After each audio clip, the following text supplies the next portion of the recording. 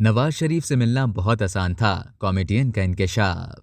पाकिस्तानी मारूफ comedian Iftikhar Thakur ने इंकशाफ किया है कि पाकिस्तान मुस्लिम लीग नून के कायद और साबिक वजीर आजम नवाज शरीफ को रात 2 बजे भी कॉल करो तो मुलाकात के लिए फौरी बुला लेते थे। इफ्तिखार ठाकुर ने एक पॉडकास्ट में बतौर मेहमान शिरकत की, जहां उन्होंने कई मुख्तलिफ मौज़ूआत के बारे में गुफ्तगू की।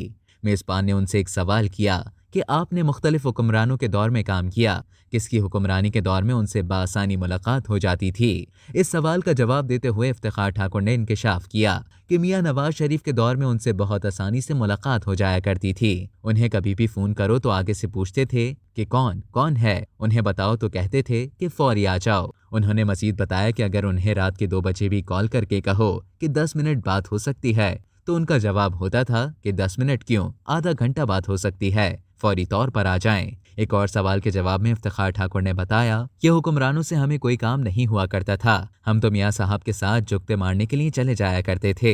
इफ्तिखार ठाकुर ने बताया कि ये लोग बहुत प्यारे हैं, अब भी अगर किसी प्रोग्राम के लिए लंदन जाना हो तो उनसे मुलाकात के लिए उनके घर चले जाया करते हैं, जहां वो ताम वगैरह का इंतजाम करते हैं।